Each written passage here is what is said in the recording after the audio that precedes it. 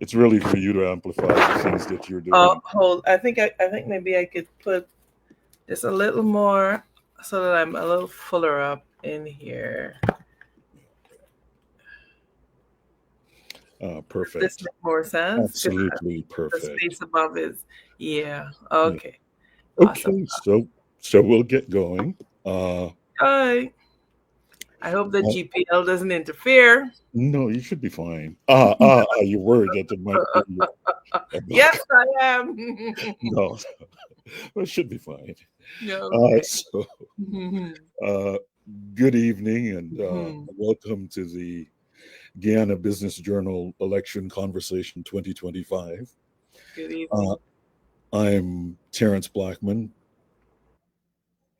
professor and chair of the Department of Mathematics at Medgar College and the founder of the Guyana Business Journal. And today we're joined by one of the most compelling voices in Guyana's upcoming September 1st general election. You know, as the nation stands at these historic crossroads, transformed by unprecedented wealth, I think we've been seeing some of that in the social media captions today. Yet we're sort of grappling with long-standing challenges of governance, unity, and we need leaders who can navigate both these opportunities and the complexities. So today's conversation is one that I've been looking forward to. Features Miss Amanza Walton-Desir, presidential candidate and leader of the Forward Guyana movement, a new political force that has emerged just months ago, but has already captured national attention with its call for constitutional reform, justice, political unity that transcends our traditional ethnic divisions. Ms. Walton-Desir brings a unique perspective to this election. A lawyer by training, she served as a shadow minister for foreign affairs, until, dare I say, her dramatic resignation from the People's National Congress reform in June to establish her own political movement. Her journey from established opposition politician to founder of a new political alternative, I think, reflects the broader currents of change flowing through Guyana. Ms. Walton-Desir, thank you so much for joining us today. You know, before we dive into policy specifics and so on, uh, I want to do two things. One, reading the bio, I noticed Mackenzie High School. It's a place I have a number of friends from Mackenzie High School. I noticed President's College. So my neighbor Ahmed Holder was among the first group of students who went to President's College. And so I started thinking the young woman from Mackenzie High School, young woman from President's College who's gone on to the University of Guyana, gone on to study law, maritime law, and, you know, help us to understand what motivated you to leave the established opposition and start something entirely new. Yeah, that's a question I get asked a lot. Let me start off by saying thank you for having me on here, Dr. Blackman. It's certainly a pleasure to be able to speak with you. I've seen the headlines. Did she commit political suicide? Look, I'll say that anyone who has known me has always known that I've been about Guyana and doing what's in the best interest of this country. Um, from the fact that I chose not to migrate, I chose to build a life and a career here, even though there were other opportunities. My love for this country runs deep, and it took a lot of soul searching to step out, as you've said, from the shelter of an established opposition to start this. But I came to a point in my political life where I had to make some hard decisions. And I think feedback in the. Are you Yeah, hearing me I clearly? can hear you fine now. Yeah, Yeah. it's So not good. I was saying that it came to the point where I had to make a decision about my political future and the future of this country. Because for the last 5 years, I had spent my political life based on reports, giving very compelling presentations, very thorough and factual analyses, making compelling cases, but nothing changed. Didn't make an impact because the mindset of government and of governance in this country, and particularly in our political construct as it is right now, is that you will have your say, but we will have our way. So you can stand and talk all you want, make the most sense in the world. This is our agenda, and this is what is going to happen.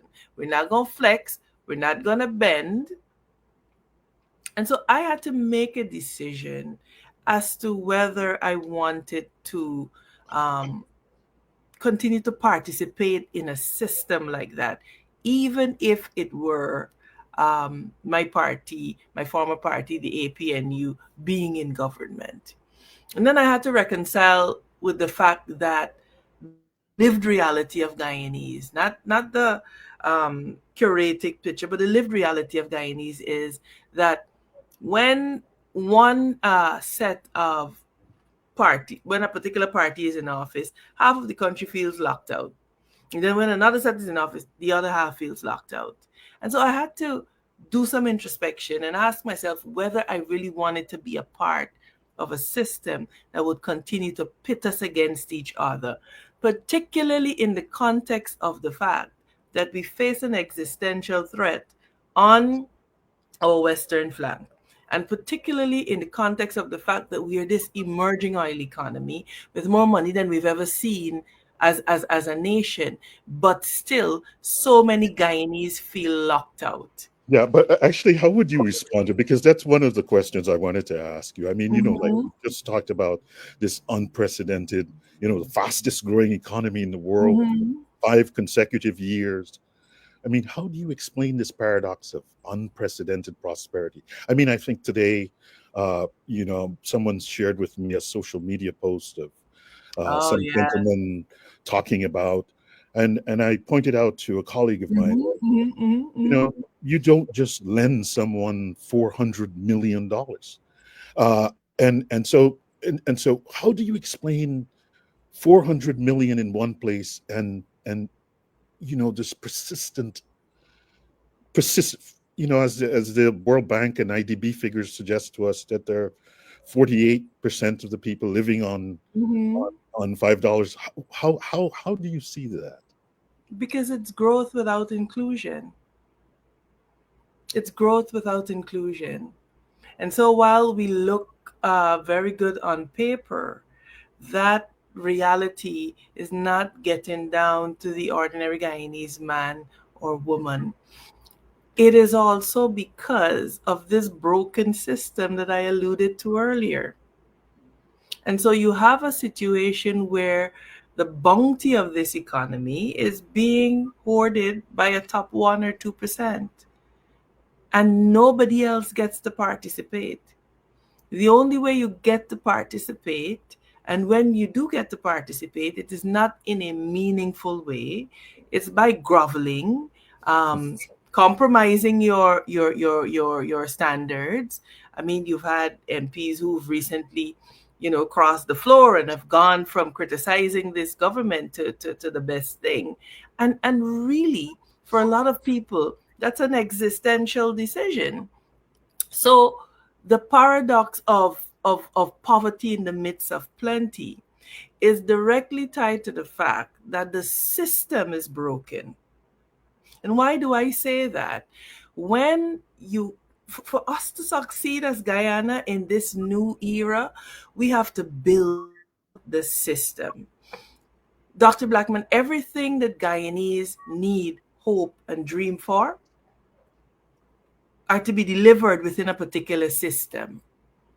And when that system gives one political party with 51% of the power, 100% of the say, we will always find ourselves being reduced and subjected to the whims, the fancies, the caprices of whoever is in office.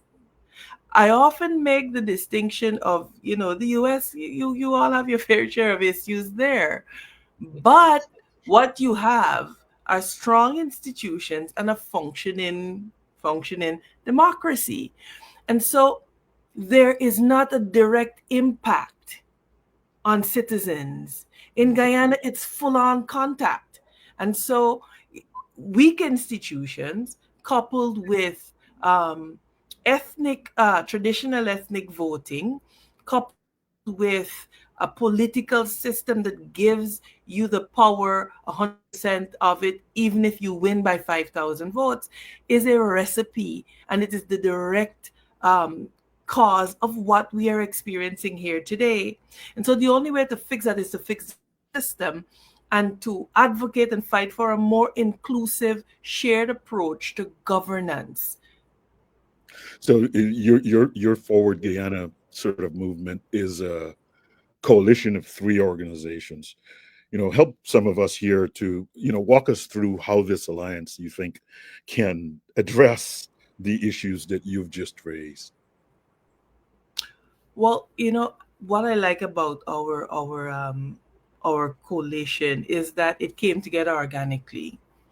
And of course, we've had to answer the question of, there are three Afro-Guyanese leaders, and I'm quick to point out, yes, that is because it came together organically. It was not engineered in such a way, and we basically we didn't unite for convenience, but we realized that what we agreed upon was more than we agreed upon.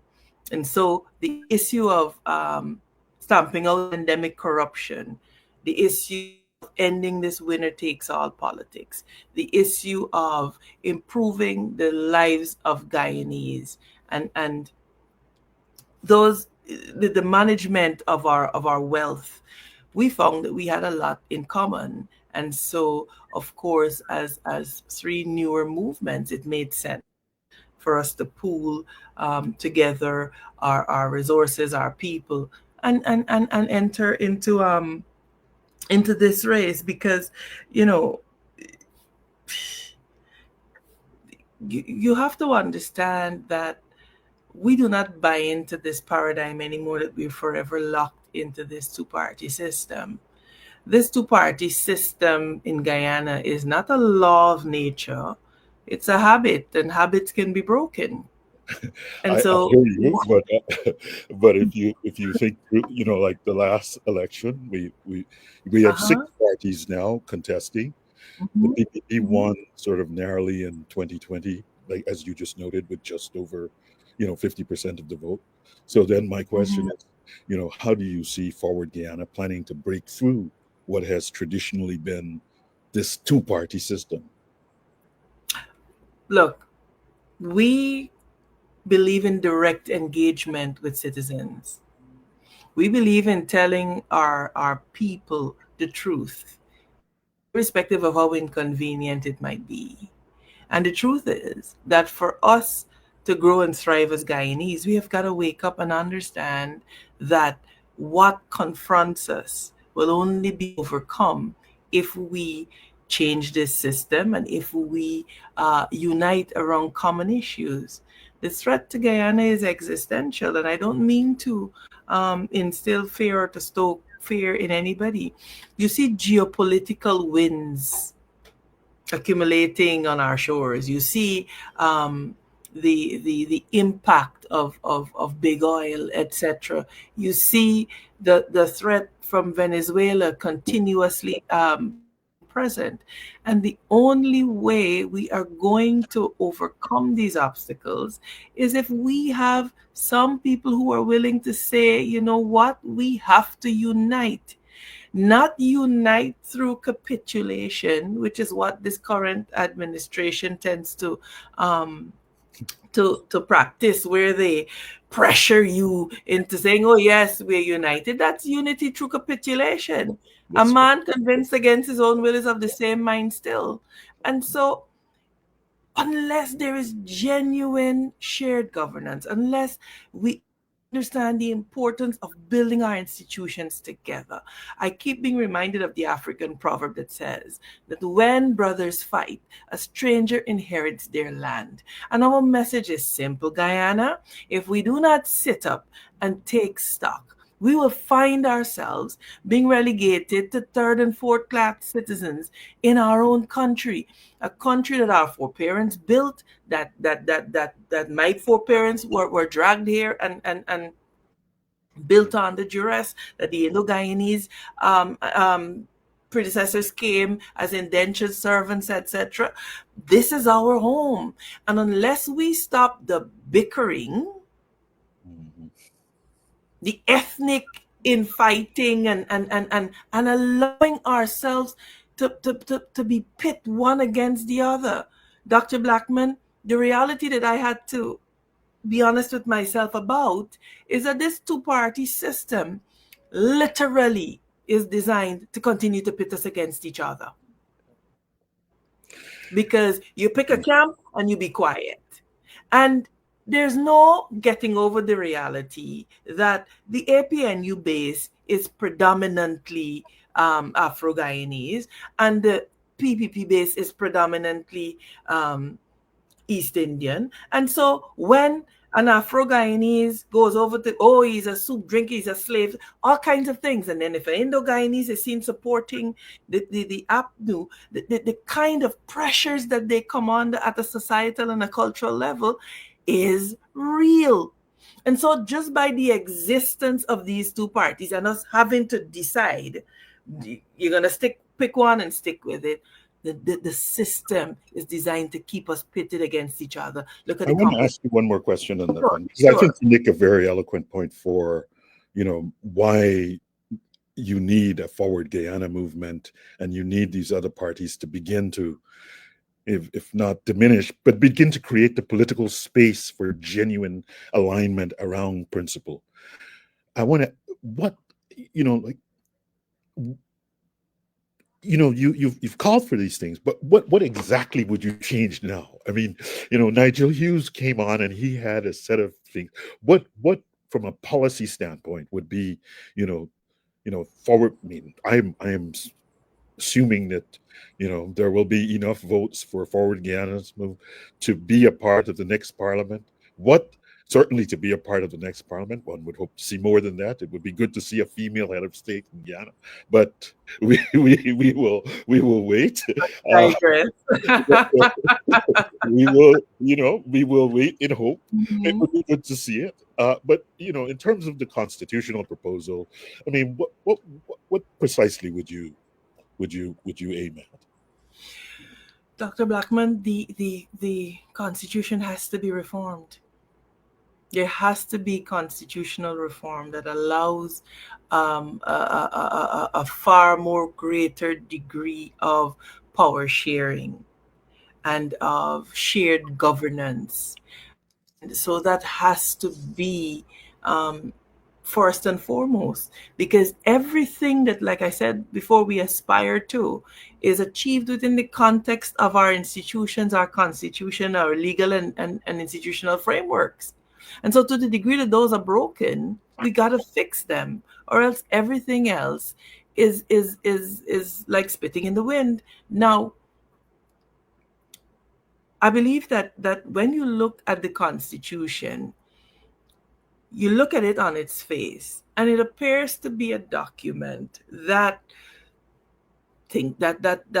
perceives that there should be some kind of consultation and power sharing, etc. Article 13 talks about an inclusive democracy, but it is just that. It is hortatory language, and there's nothing underpinning the enforcement of that paradigm. So by and large, it depends greatly on the spirit and intent of whoever is in office.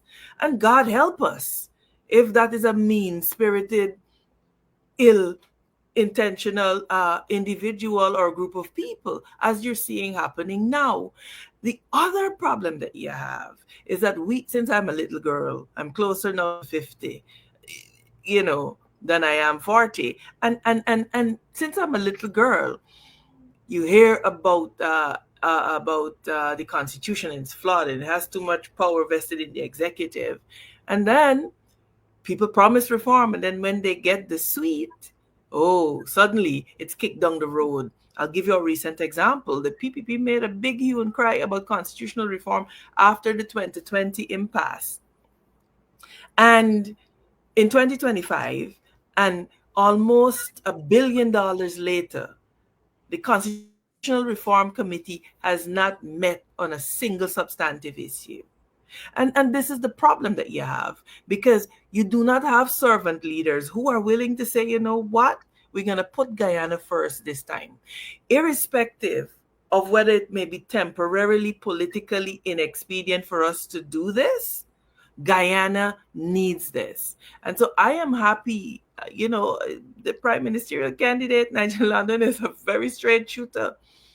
And I'm glad that we have and are surrounded by people who are willing to say, yes, it's not popular. We know that.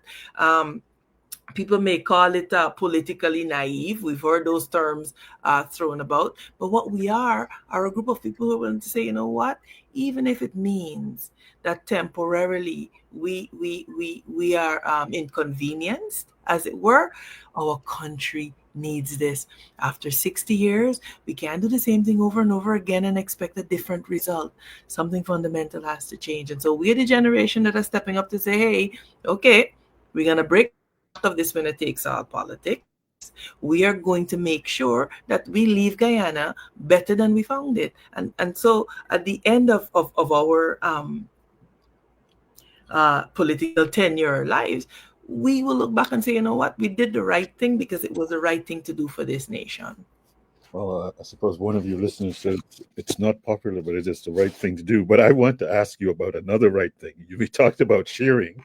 Uh, we talked about sharing. And, the biggest sharing question is this ongoing controversy about the production sharing agreement with ExxonMobil. And so, you know, some are calling for renegotiation, and certainly it is a sharing issue. What is Forward Guyana's uh, position in this regard? You're muted.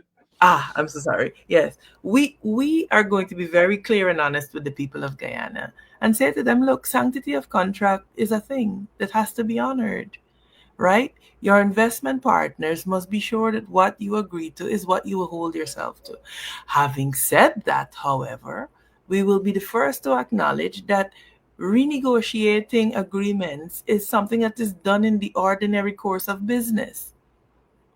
And so, as I've said before, we are sure that there will be room to renegotiate with our development partners to make sure that Guyana receives, you know, a fairer share of what she is entitled to. That will not be done by bullying your investment partner.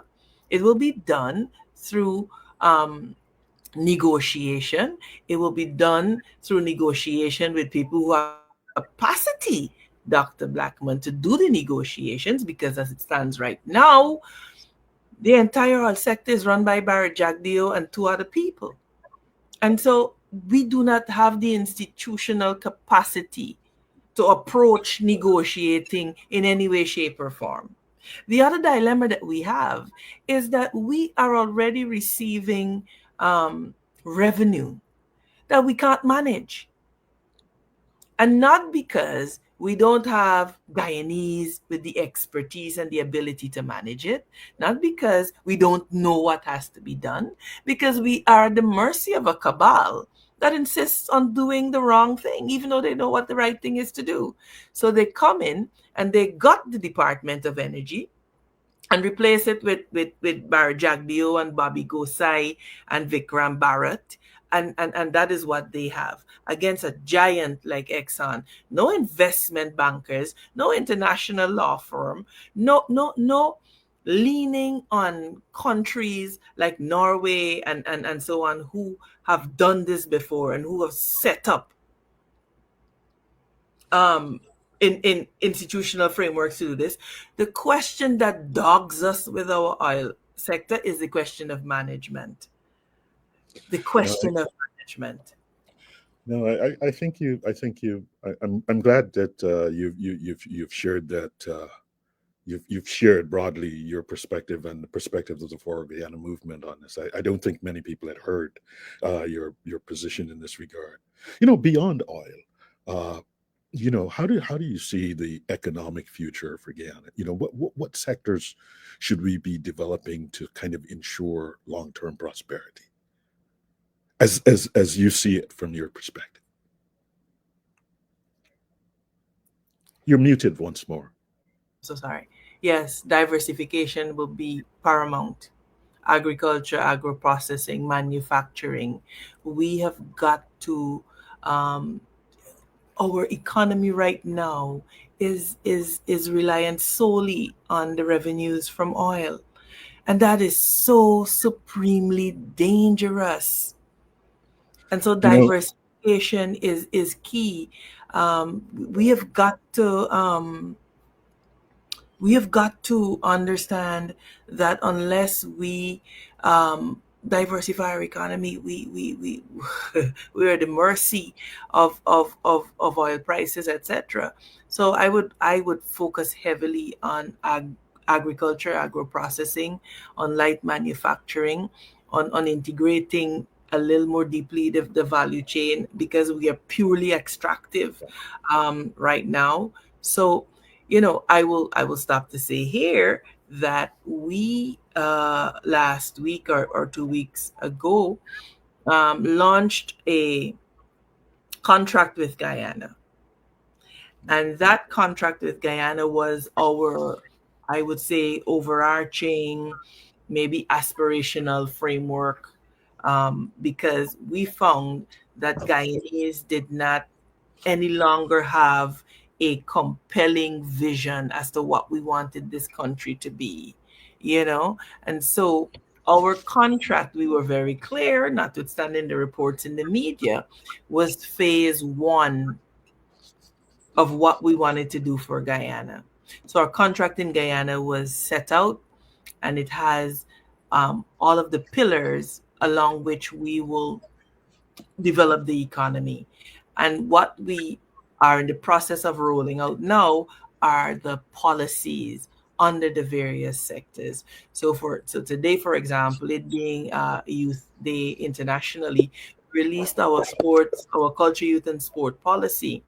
In another few days, you will see a national economic plan being unveiled. And so we are being very careful and deliberate in what we say and promise to the people of Guyana. Because I'll tell you that right now, there's a bidding war going on, and nobody is testing the viability of all that is being promised to Guyanese. And the notion that you will just give, and not think about the future of our children and how we are leaving it for them, which, Dr. Blackman, we have a constitutional duty to do. to do it, yes. And so people say, oh, they're politically naive. That's fine. That's okay. We're going to tell you the hard truth. And that is that we can't eat everything today and have our children starve tomorrow. Venezuela is a cautionary tale about how, when oil wealth is mismanaged, a nation and a people suffer and they're left stripped of their dignity. So that Venezuelans are coming here and taking menial jobs. These last few years saw an influx of Venezuelans like never before, because they're feeling economic hardship. And so for us, it has to be a cautionary tale that we have to be careful how we manage this economy, and we have to manage it prudently. Now, I will hasten to add this. The PPPC administration, when it suits them, loves to invoke fiscal prudence as, oh, we can't raise your wages because of XYZ. But this is the same PPP that will build one road for $3 billion every 2 years. Yeah. This is the Yeah. same PPP that makes no attempt to close the efficiency gap, which is at 41%, so that for every dollar we spend, we lose 41 cents on the dollar due to corruption, inefficiency, etc. And so we have to be very honest with the people of Guyana. We have to be very clear with them that the handout culture that is being developed where you stretch out your hand and what you giving me, what you got for me, $100,000, etc., is the quickest way to ensure that you are enslaved. Because unless you design a system that can deliver for people, people will always be at the mercy of the giver. And so if the giver decides that today he's not giving you anything, you are left on your own. Whereas if you build your systems, you build your institutions, and you remove the cult of personality type leadership that we're seeing today, Guyanese in the next few years are going to be better off, and our children and our grandchildren are going to be better off. No, I think you give a powerful articulation of where you are. I meant to ask you. I hope you haven't had a blackout. That you were saying that you were worried that there might be a blackout. Oh, okay.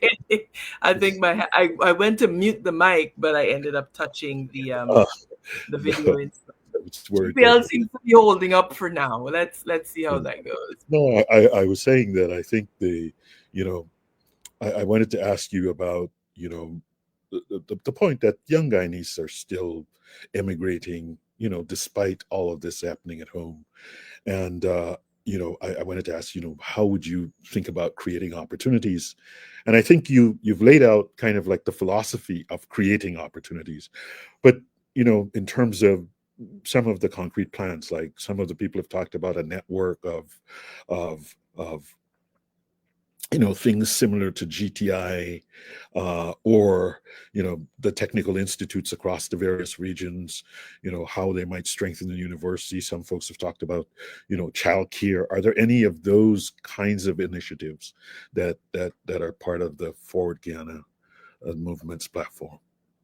Absolutely they are, and the fact that you've highlighted so many that we have also identified says to you that there is a commonality and an understanding of what is needed. What is lacking, however, is the political will to do it. And that continues to be the problem. We have to make sure that we ensure that our young people see that life is possible here, first of all. They have to envision and believe that they could stay here, they can build a life. And so we have to actively promote that. And all of those measures that you've pointed out are important. We also have to have a rebirth of meritocracy. Yeah. Dr. Blackman, it is the intangibles that continue to ruin this country. And someone that has studied, gained a wonderful grade point average at the university, overcome serious obstacles and hurdles to get a first degree, some of them the first person in their family graduating, etc. And they see somebody who has 5 subjects CXC get a position because of the fact that they are the friend, family, or favorite, or somebody in power. The demoralizing effect of that is something that we cannot begin to comprehend unless we've experienced it ourselves. And so we have to restore meritocracy. And once that mindset is restored, that we will incentivize our best and our brightest to stay here, that we will pay and we will create career pathways where people can actually see themselves building careers here. We pay our people better. Our nurses are leaving in droves. Yeah. Do you know that the current nurse to patient ratio at the Georgetown Hospital exceeds 30 to 1 when the international standard is 6 or 7 to 1 patients to 1 nurse?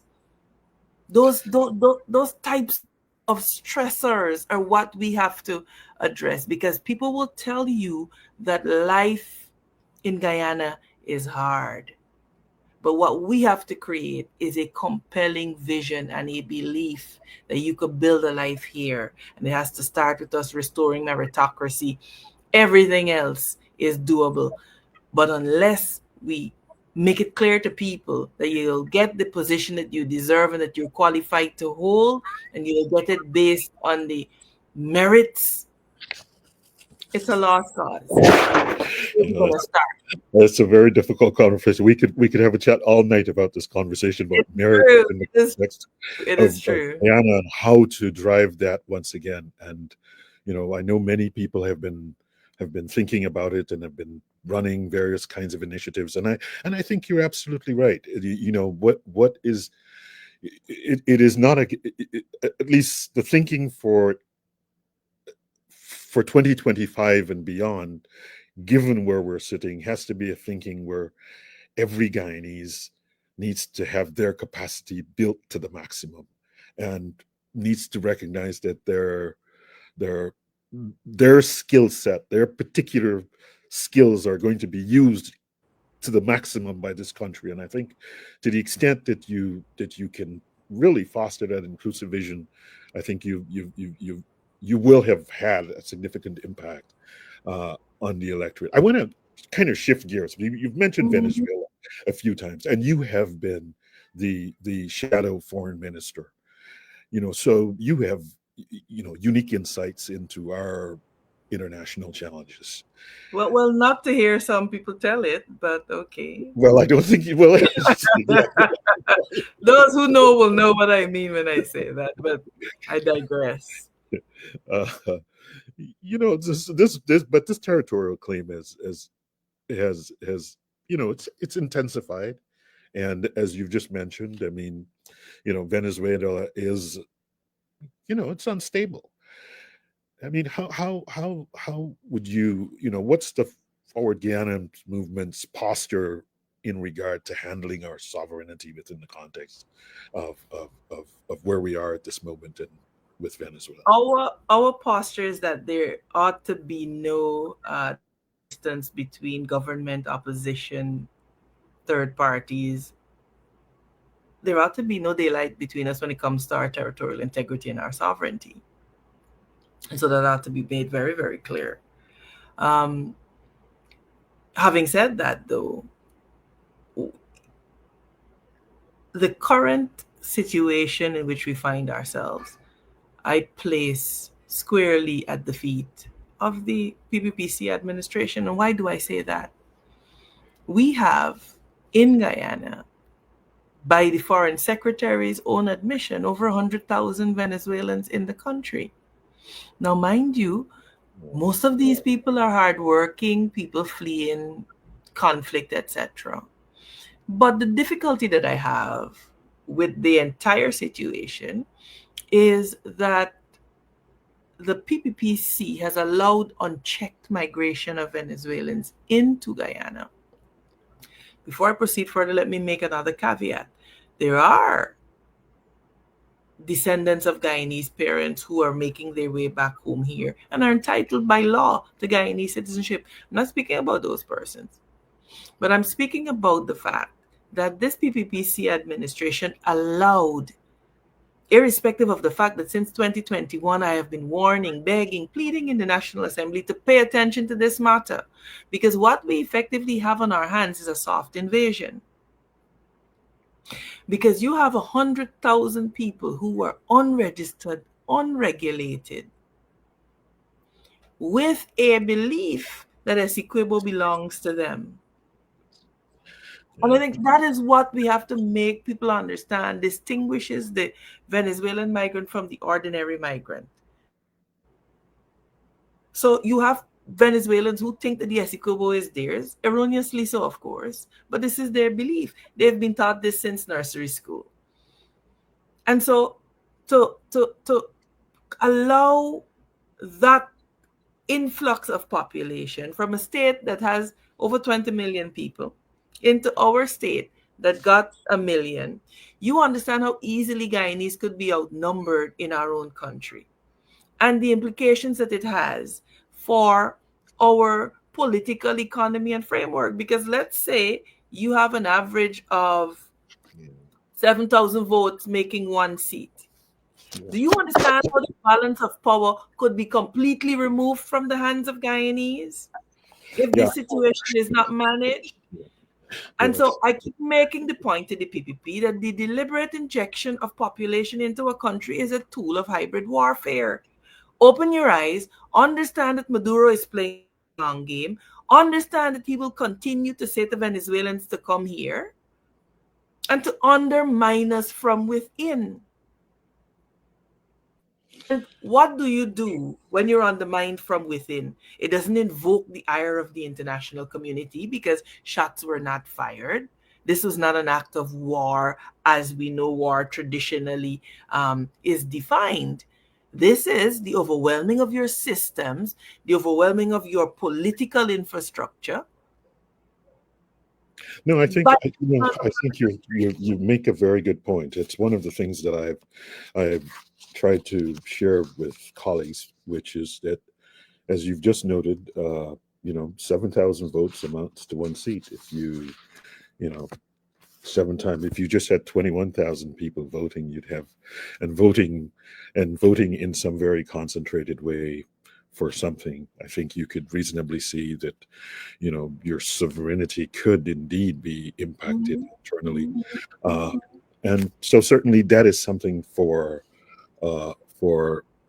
policymakers in Guyana to be aware of. And I certainly think the point that you've made around you know having you know a Guyanese response and not a political party response to questions of Venezuela is something that is of vital importance and has been missing, and so it would be good to see uh, more discussion in this regard about safeguarding the interests of Guyanese, the I safeguarding the interests of worry. I Guyanese. worry, Dr. Yeah, yeah, Blackman, that we're trying to close the barn door and the horse is already bolted.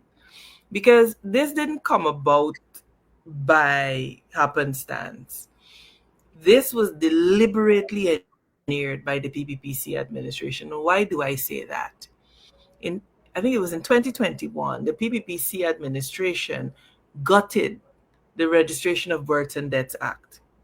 And what that allowed them to do, if a citizen is going to be registered as a late registration, which happens in far flung areas, um, let's say Tiger Pond in Region 9, Terrence Blackman was born there. His birth was never registered, so he didn't have birth papers, as they call them. But he's now of age and he needs to do business. He wants to live. And so, ordinarily, to have a late registration of birth, number of documents would have had to have been adduced, affidavits about the school you went to, who your siblings are, 4 or 5 different concrete pieces of evidence that would say that you are who you say you are. The PPBC went to Parliament and gutted that legislation and replaced it with a provision that a Toshao or JP or a person of quote unquote high standing could issue an affidavit saying that Terrence Blackman is who Terrence Blackman says he is, and with that affidavit, Terrence Blackman could go to the registrar's office and be entitled to a birth certificate. And we are aware that there are thousands upon thousands of such affidavits that have been issued, taken to GRO. And so people who can't read a lick of Spanish, English rather, or speak a lick of English, have names like Terrence Blackman, and well, so and have entered into our electoral roll, which explains the size of the elections of the list, right? Which explains why we have a list the size of our population, which is a mathematical. You're a maths man. statistically Everybody knows impossible. They, that a well, man they is are not a maths lady. statistically But it's highly improbable. it's a Yeah, statistical impossibility. So we have that happening, and this is a direct engineering of the PPPC. So, because of political expedience, they have opened the door to this, and now we are in danger of being overtaken from the inside, and they have no answers for it. And then when you talk about it, Anil Nandla loves to run out to accuse you of being xenophobic and of stoking fears, when it's just the reality that because they understood that there was heavy migration of their political base and they needed to make up those numbers in order to win an election. They were willing to gamble with the future of this nation at the altar of political expediency. And that is the reality of it. yeah. Well, I mean, it is certainly an analysis that that has resonance, and it's something that genuinely ought to be thought about within our context. Since we're on the foreign policy side of the thing, I mean, how do you see Guyana? I mean, the last elections were in a sense resolved by CARICOM, uh, and so we're here again. Uh, Hopefully our CARICOM neighbors are also once again looking at things. How do you see Guyana's role in CARICOM and the broader Caribbean? And then, I'm looking at the time, and I know you folks are super busy, so maybe also CARICOM, but also put together there, you know, leaning on your own experience, you know, the United States, the role that the United States, China, certainly Brazil, these three big powers would play in an FGM administration. You're muted once more. You did, sorry. Yes. I think you've sort of highlighted those geopolitical tensions and winds that I've been talking about. But for us, the engagement with our international partners and the international community will be on the basis of what is in Guyana's interest and also on a platform of mutual respect. I think that is important. As it relates to CARICOM, Guyana has to position itself as the leader that will uplift the region. We have, for the first time, have for the first time the resources to so do, but we have to guard against being regarded as the rich neighbor, because that is always a hazard in these types of situations. So we certainly have to play a more meaningful leadership role in terms of championing food security, climate resilience, but Dr. Blackman, what undermines our credibility on these initiatives is that we do not understand that, as the Jamaicans say, you have to dance a yard before you dance abroad. So it undermines our credibility in CARICOM when Irfan Ali goes to talk about food security and his population is massively food insecure to the degree that 3 square meals a day is impossible for the majority of the population. It is impossible for Guyana, being 6 feet under sea level at the coast, to champion climate resilience when every bit of infrastructure that this government builds ignores climate resilience. When we continuously ignore the need to defend our coast against the sea. Instead, we're busy building golf courses and roads and bridges for the sea to come in and wash away. So the fact that what we are saying currently internationally we do not practice at home undermines our credibility. We in Forward Guyana, we believe in the Forward Guyana movement that what we say abroad, we must practice at home. And that will build our credibility on the world stage. And of course, it will set us up to interact in a far more meaningful and a far stronger way with our allies and our international partners. But certainly, the overarching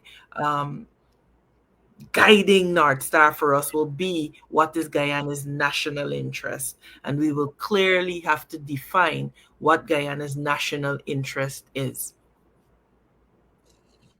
Yeah, this has been a really wonderful, wonderful conversation, and I have so many other questions that I wanted to ask you. Uh, Well, you you know, can invite me again. well, well, see, we initially conceived of this as a kind of 6 weeks, where we invite the six political parties for a 1 hour conversation about what they're doing in a slightly less polarizing and structured way, so people could speak in a manner freely like yours, and I think we've been able to elicit quite a bit of what people stand for rather than the little piece of paper that they put in your hand. So I mean, I think this has been a really wonderful kind of articulation of what the Forward Guyana movement is. And, there certainly is a question about, can I, will you be able to break this deadlock? And there are many people who are sitting thinking, we'd love to see them break the deadlock. And so, And I would say to them, we need you to do it. We need you to do it.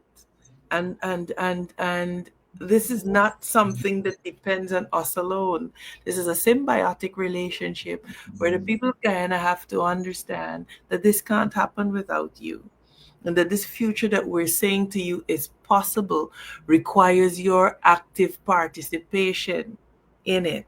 And so it is a question of you going to the polls and voting with the understanding of what is at stake, not the perpetuation of the status quo, but daring to believe that that future is possible. You know, the beautiful thing about elections is that they come every 5 years. And so you have the ability as a voting population to do and undo so much. But you have to dare to believe and understand your role as an active participant in all of this, right? So, literally, this is why you have the power to vote, because you determine by your vote the future that you want to see.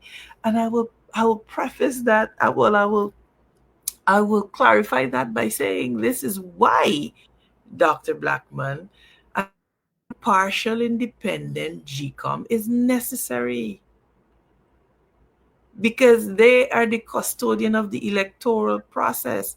And to the degree that GCOM is compromised as it is the degree to which every vote cast could be frustrated or vitiated simply because GCOM has been captured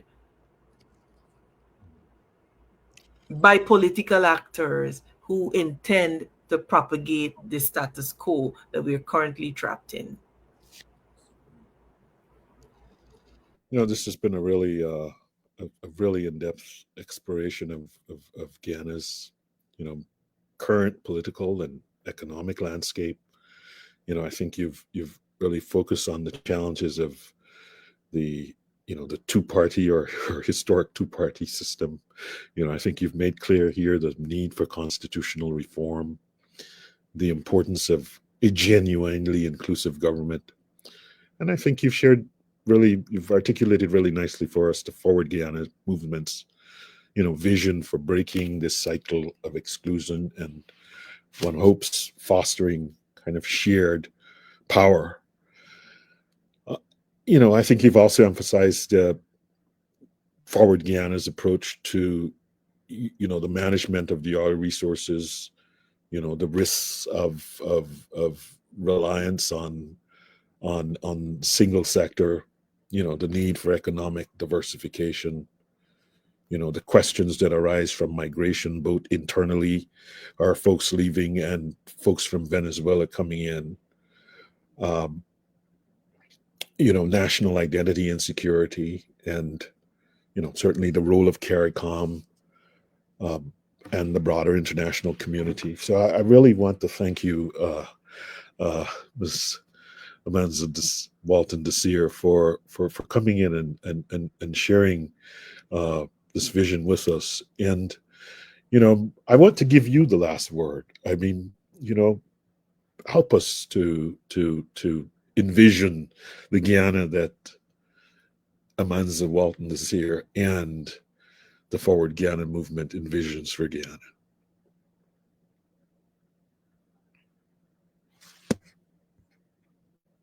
It was such a pleasure being on here with you. I'm always happy to come on and to talk about this country.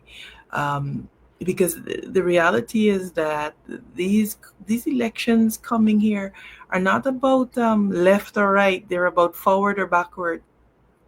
That really is the choice before us as Guyanese.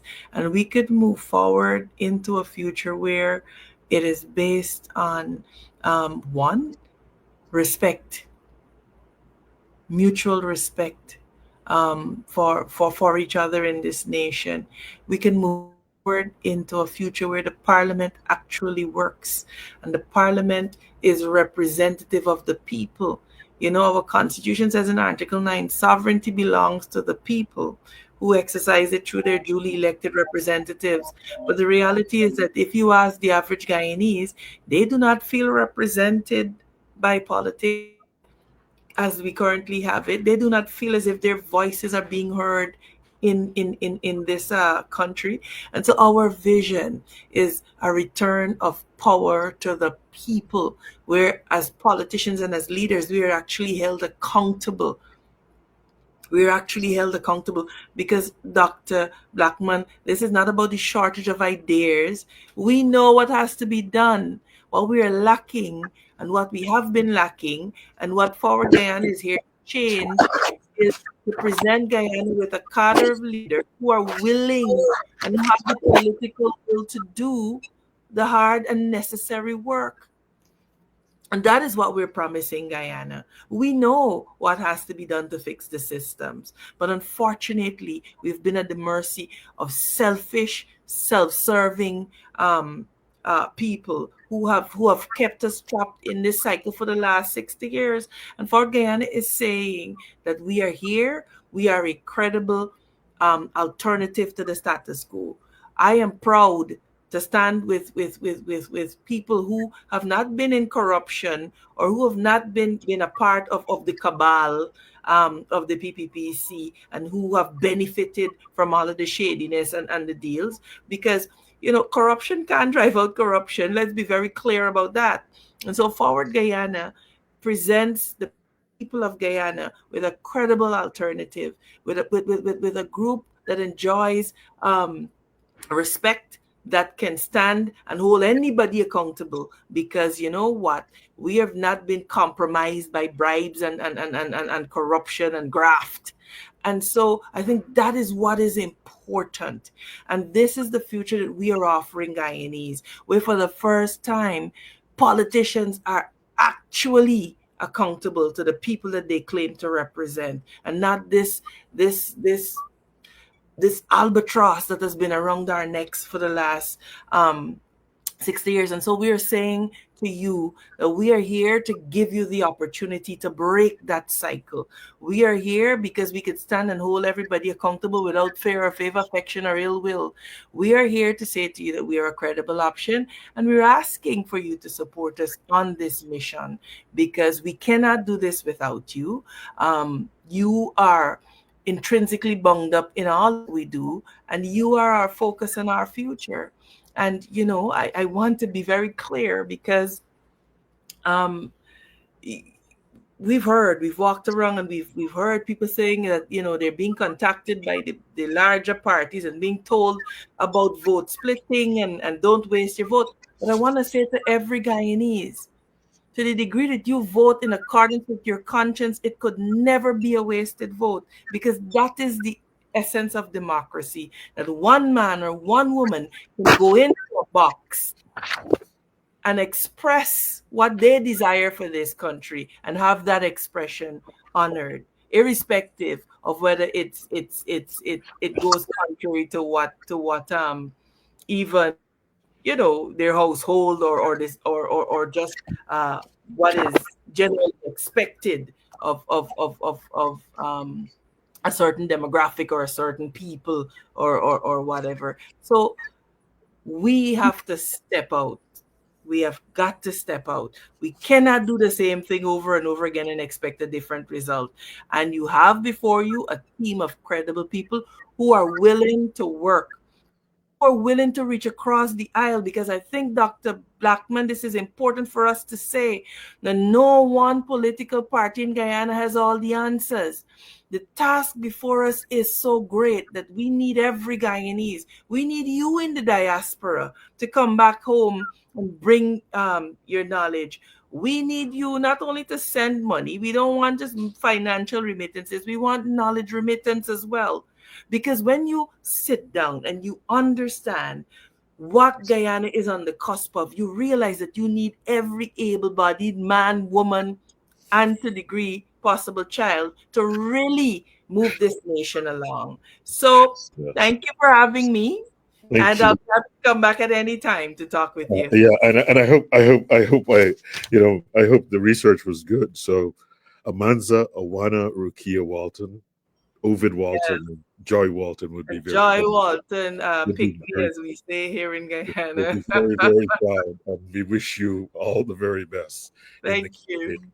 Thank Keep you. you Thank you, good. Dr. Blackman. God bless you. And God bless us all. Bye-bye. Bye. Oh man, she was good.